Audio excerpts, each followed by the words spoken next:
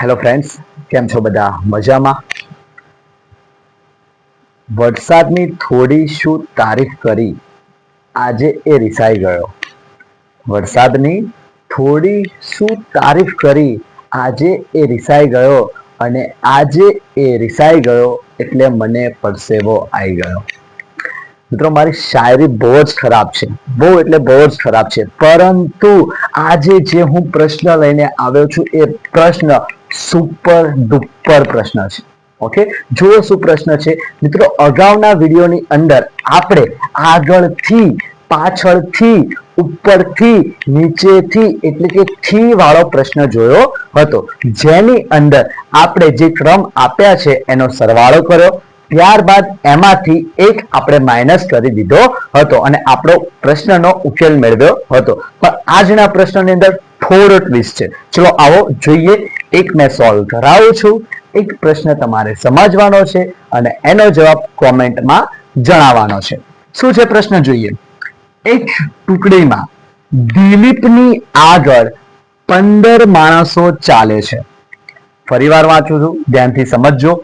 એક ટુકડીમાં દિલીપની આગળ 15 માણસો ચાલે છે અને પાછળ 11 માણસો ચાલે છે. તો ટુકડીમાં કુલ કેટલા માણસો છે? મિત્રો, આ પ્રશ્નની અંદર થી આપવામાં આવ્યો નથી, એટલે આનું જે સોલ્યુશન છે એ થોડું અલગ રહેશે. મિત્રો, શું કરવાનું છે? આપણને જે ક્રમ આપણને આપવામાં આવ્યો છે એ લખી દેવાનો. પહેલા એક ક્રમ આપ્યો છે 15, બીજો ક્રમ આપવામાં આવ્યો છે આપણને 11. તો 15 વત્તા 11, 5 ને 1 6, 1 ને 1 2, આપણો જવાબ આવે છે 26.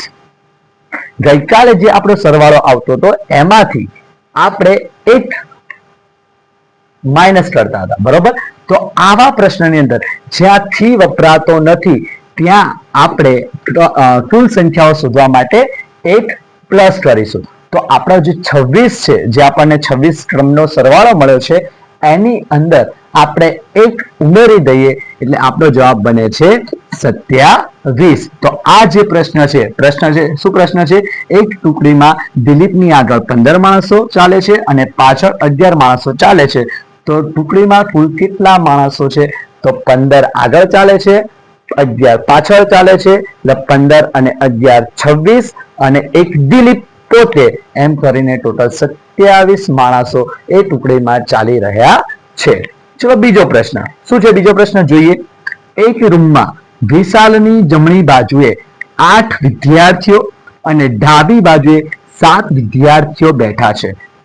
જમણી બાજુ 8 છે, ડાબી બાજુ 7 છે. તો હારમાં કુલ કેટલા બાળકો બેઠા છે? મિત્રો, આ પ્રશ્નને સમજવાનો છે અને તમારે એનો જવાબ મને કોમેન્ટમાં જણાવવાનો છે. Thank you very much everyone.